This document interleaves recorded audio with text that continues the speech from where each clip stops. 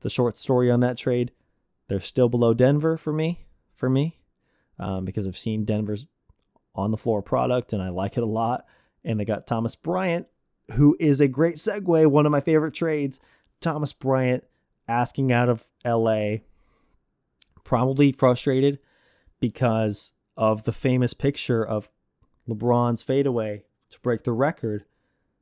One of the most significant things in that photo is Thomas Bryant like posting up, calling for the ball. Can we like Photoshop him out of that now? And it's like, or maybe just put his hand down and can we like Photoshop it down, like alter history? It's kind of fitting that the next day he was traded. But he was asking for a larger role. And since Anthony Davis has come back, yeah, he's not going to get that. Well, instead of playing behind Anthony Davis, now you play behind Nikola Jokic.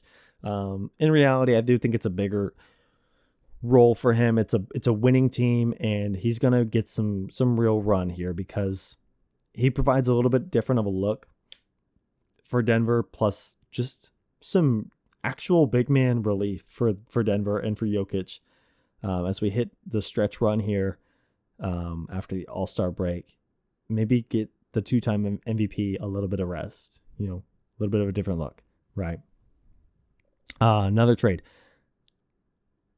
Josh Hart to the Knicks. I like this one a lot. A lot of energy for the Knicks. The Knicks actually just have been kind of eyeballing this game. Knicks take care of the Nets. We can see, how did he do? Josh Hart. Let's see. 27 points. 27 points. It doesn't outshine Jalen Brunson's 40. Jalen Brunson should have been an all-star. But Josh Hart with 27 in his second Knicks game. So a little bit more than just energy, huh? How about that? Obviously, the Jalen Brunson connection, kind of a big deal. And he was so excited to see. There's that awesome video of Jalen Brunson as soon as the Josh Hart trade came through.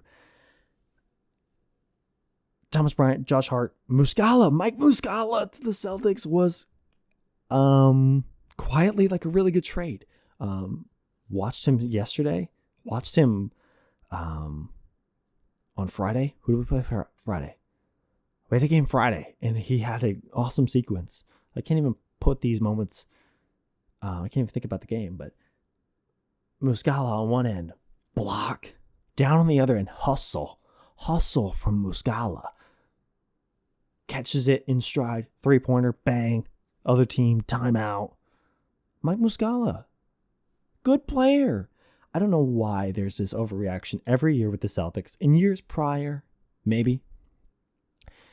To be fair, we made a pretty splashy deal getting Derek White last year. Like that was a pretty big move. On a deadline that wasn't as loud as this one. But I like the move to get Muscala because he's kind of Danilo Gallinari. And Danilo Gallinari is not going to play for us this year. And I think he probably, in some respects, could be better than Danilo Gallinari. Dude, we got a 6'11", basically a 7-footer who can shoot the 3-ball. And he's not going to be an every night player, right? I have a perfect role for Mike Muscala. Al Horford only plays one side of the back-to-back. Al Horford plays one side of the back-to-back, and you guessed it, Mike Muscala plays the other side. Big man who shoots threes. He's not as good as defensively as Horford, so don't think I'm saying that they're the same player, but it's a similar role that Muscala can kind of fill. He's not going to do it as good as Horford, right? But he's a 7-footer who shoots threes. The defense is not there for Muscala. He's not going to play crunch time in the playoffs. But this is a team who needed another guy. I would have liked to see us get Josh Hart, of course. I would have liked to see us get Jared Vanderbilt. Or, I don't know how available any of the Nets guys were. I liked Dorian Finney-Smith. I thought those guys would be available. I guess they just weren't. They just might not have been. But I love the Muscala deal. I love it. It's a simple little move it's gonna show its moments. It's gonna have some really good moments. It's gonna have some moments where it's like, Muscala got burned like 3 times in a row on defense, but like, in the end, it's gonna work out. It's gonna work itself out. I literally wrote, he's literally Danilo Gallinari. Yeah, basically. Kyrie and Luka. If you've listened this late, you've got a moment. So let's just check on the Mavs right now. They're playing right now. I just made a. Oh. Huh.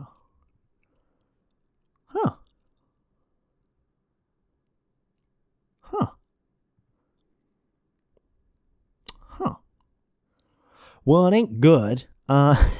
They lost their first game with those two together, Luka and Kyrie. They're down 18 right now to Minnesota. Rudy Gobert, who I just tore a new ass, has 18 and 12. Anthony Edwards, who I just went on a love fest for. I do love Anthony Edwards. Has 26. Is that a game high? Luka's got 28. Luka's playing statistically a good game, 28 and 5. Kyrie has 10.